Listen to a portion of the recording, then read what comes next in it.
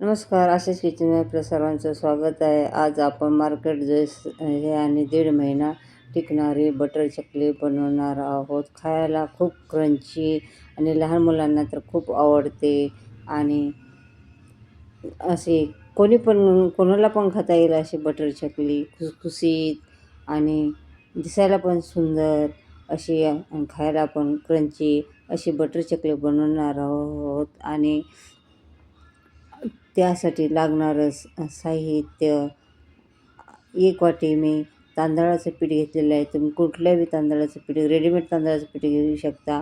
फक्त चिकट इंद्रायणी हे तांदळाचं पीठ घ्यायचं नाही, बाकी कुठल्याही तांदळाचं पीठ घेऊ शकता.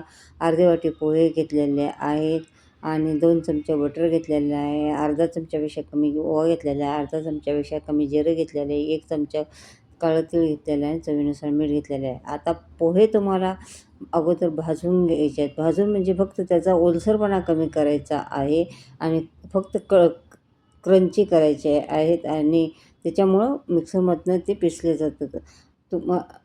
माझ्या फोटोच्या खाली त्रिकोणी बटन आहे, त्या बटनावर तुम्ही क्लिक करा, तुम्हाला डिटेल रेसिपी मिळेल. आता पोहे भाजल्या थंड करून घ्यायचे आहेत आणि त्याच्यानंतर मिक्सरमधनं काढून घ्यायचे आहेत. तर तांदळाचं पीठ घातलं त्यानंतर पोहेचं पीठ चाळून घेतलेलं आहे. बारीक पावडर करायची आहे पोह्याची आणि दोन्ही चांगलं मिक्स करून घ्यायचं आहे.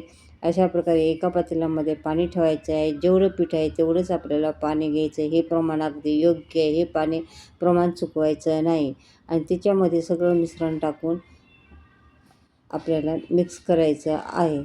पाण्याला चांगलं उकळून द्यायचं आहे आणि उकळल्यानंतर मीठ, ओवा, जिरं, कलौंजी आणि तुमच्याकडे कलौंजी असेल तर काळे तीळ आणि बटर पाण्यामध्ये टाकून परत चांगलं उकळून द्यायचं आहे आणि त्याच्यानंतर ह्या पिठामध्ये टाकून चांगलं मिक्स करायचं आहे. आणि मिक्स करून पीठ एवढं 10 मिनटं मिक्स केल्यानंतर 10 मिनटं तुम्हाला झाकून ठेवायचं आहे आणि 10 मिनिटानंतर तुम्हाला ते पीठ असं एवढं चांगलं मळून घ्यायचं आहे की तेव्हाच त्या चकलीला बाइंडिंग येतं. नाहीतर बाइंडिंग येत नाही. चकली तेलामध्ये तुटते आणि चकली तळताना अशा प्लेटीवरती चकल्या तुम्हाला करून घ्यायच्या आहेत आणि चमच्याने उलथाण्याने सोडायच्या आहेत.